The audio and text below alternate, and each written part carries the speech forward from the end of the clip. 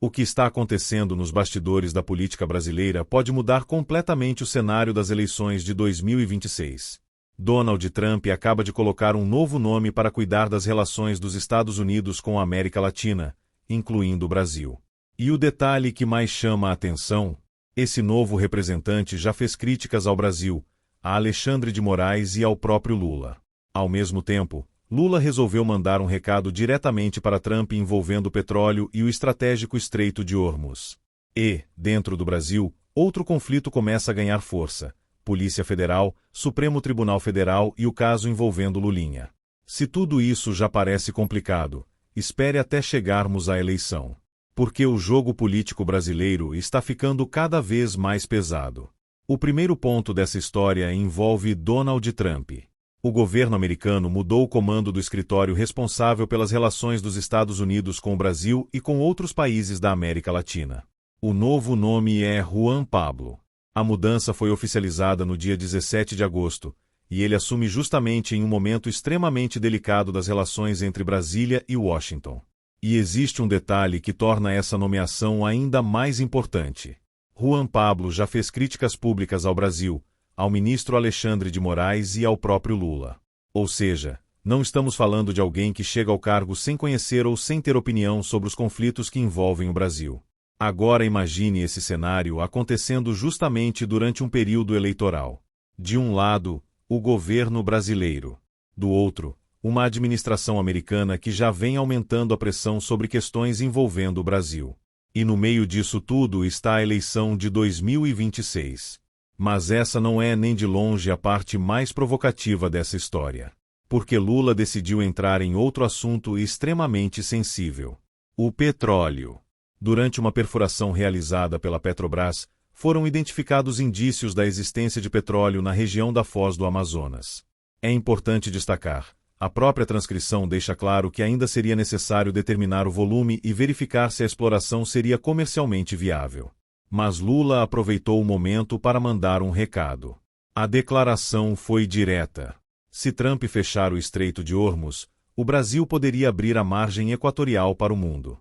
E por que isso é tão importante? Porque o Estreito de Hormuz é apresentado na transcrição como uma das principais rotas utilizadas para o transporte mundial de petróleo. Os Estados Unidos, segundo o material, vem pressionando o Irã e defendendo o controle da região para impedir que o país controle a passagem do petróleo. E então aparece a declaração de Lula. Na prática, a mensagem é: se houver um problema com o petróleo que passa por Hormuz, o Brasil possui uma alternativa estratégica. É justamente por isso que essa fala ganhou tanta repercussão. Porque ela acontece em um momento em que as relações entre Lula e Trump já estão bastante tensas. E a questão não termina aí. Segundo a transcrição, o governo brasileiro também estaria adotando uma postura de aproximação com o Irã, enquanto os Estados Unidos tentam enfraquecer economicamente o país. Ou seja, a disputa não é apenas diplomática. Ela envolve petróleo, envolve comércio e envolve poder internacional. A tensão entre Brasil e Estados Unidos aparece novamente quando o assunto passa para a diplomacia. A transcrição relata que a embaixadora brasileira teve o visto retirado e que também houve resistência americana em relação à indicação para a embaixada brasileira. O ponto central é que os dois países atravessam um período de grande tensão diplomática. E isso acontece justamente quando o Brasil se aproxima de uma eleição extremamente importante.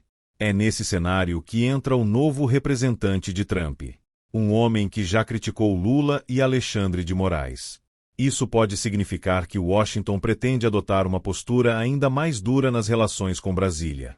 E agora precisamos voltar os olhos para dentro do Brasil. Porque existe outro conflito que pode explodir justamente no pior momento possível. O caso envolvendo Lulinha também aparece como um dos pontos mais delicados da transcrição. Segundo o material, o diretor da Polícia Federal, Andrei Rodrigues, teria determinado a troca do delegado responsável pela investigação. A decisão teria desagradado ao ministro André Mendonça. E o conflito ficou ainda maior. A transcrição afirma que Mendonça chegou a considerar a possibilidade de uma medida contra o diretor da Polícia Federal por obstrução de justiça. Enquanto isso, dentro da própria Polícia Federal, teria surgido um conflito entre grupos. De um lado, aqueles que defendem o avanço da investigação. Do outro, aqueles que estariam alinhados ao diretor da instituição. E foi justamente nesse contexto que Andrei Rodrigues se reuniu com o presidente do Supremo Tribunal Federal, Fachin. O objetivo seria discutir o impasse envolvendo a Polícia Federal e André Mendonça. E aqui está o ponto que pode fazer essa história crescer. Segundo a transcrição, Fachin teria sinalizado que documentos necessários para o andamento do caso não estavam sendo entregues. Se o caso realmente avançar, o impacto político pode ser enorme. Principalmente porque estamos falando de um ano eleitoral. Imagine a pressão sobre Lula caso ele tenha que responder publicamente sobre uma investigação envolvendo seu filho. E agora chegamos a outro ponto fundamental: o Tribunal Superior Eleitoral. A composição do Judiciário será fundamental para 2026.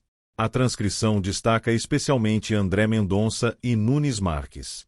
Os dois aparecem como figuras importantes dentro desse cenário. Mas existe um problema. O Tribunal Superior Eleitoral possui 7 ministros. E, segundo a análise apresentada no vídeo, Mendonça e Nunes Marques estariam isolados dentro da composição atual. Isso significa que decisões importantes podem depender de decisões individuais, especialmente quando existe discordância dentro do tribunal. A transcrição cita ainda um episódio envolvendo influenciadores que teriam sido contratados para atacar Flávio Bolsonaro. André Mendonça teria determinado que Lula explicasse qual seria a ligação com esses influenciadores. Mas outros ministros teriam discordado da decisão e determinado a redistribuição do processo. E é justamente aí que aparece uma questão maior. Quem controla a maioria dentro do TSE possui enorme influência sobre o cenário eleitoral. Por isso, qualquer disputa dentro do tribunal pode ganhar uma dimensão política muito maior. E enquanto o judiciário se movimenta, a economia brasileira também começa a aparecer como um dos principais temas da eleição. A transcrição chama atenção para uma série de empresas brasileiras que enfrentam dificuldades e processos de recuperação judicial. E apresenta um dos principais motivos apontados para esse cenário: os juros. A taxa básica de juros brasileira subiu fortemente ao longo dos últimos anos. E, mesmo após uma redução, continua em um patamar elevado. Ao mesmo tempo, o endividamento das famílias brasileiras aparece como outro problema. Segundo o material, 82% das famílias estavam endividadas em julho. E isso cria um problema enorme para o comércio. Se milhões de brasileiros estão endividados, essas pessoas deixam de comprar. Elas adiam a compra de um carro, adiam a compra de uma moto, adiam a compra de uma geladeira. E isso afeta diretamente as empresas. É justamente essa situação econômica que pode se transformar em uma das principais armas políticas da eleição. Porque o eleitor não sente apenas a política em Brasília. Ele sente no supermercado, na conta, no financiamento e no próprio bolso. E agora chegamos a uma das movimentações eleitorais mais interessantes dessa história. Pablo Marçal. Inicialmente, a presença de Pablo Marçal no cenário eleitoral poderia parecer um problema para Flávio Bolsonaro.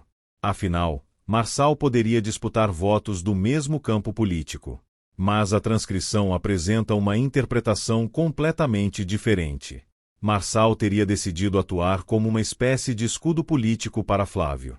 A estratégia seria simples: atrair para si os ataques que normalmente seriam direcionados a Flávio Bolsonaro.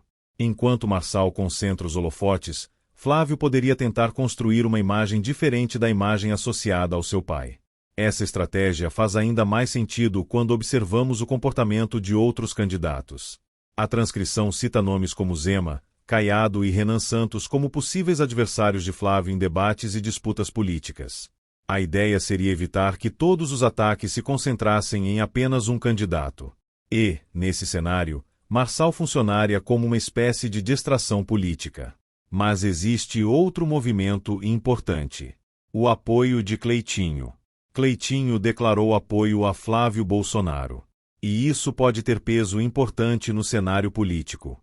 Mas a transcrição também destaca outro nome: Nicolas Ferreira. Nicolas é apresentado como uma verdadeira máquina de produção de conteúdo. E existe uma estratégia específica por trás disso. Em vez de utilizar apenas a comunicação política tradicional, Nicolas trabalha diretamente com o público das redes sociais. Celular, vídeos curtos, linguagem direta e uma comunicação feita para quem está do outro lado da tela.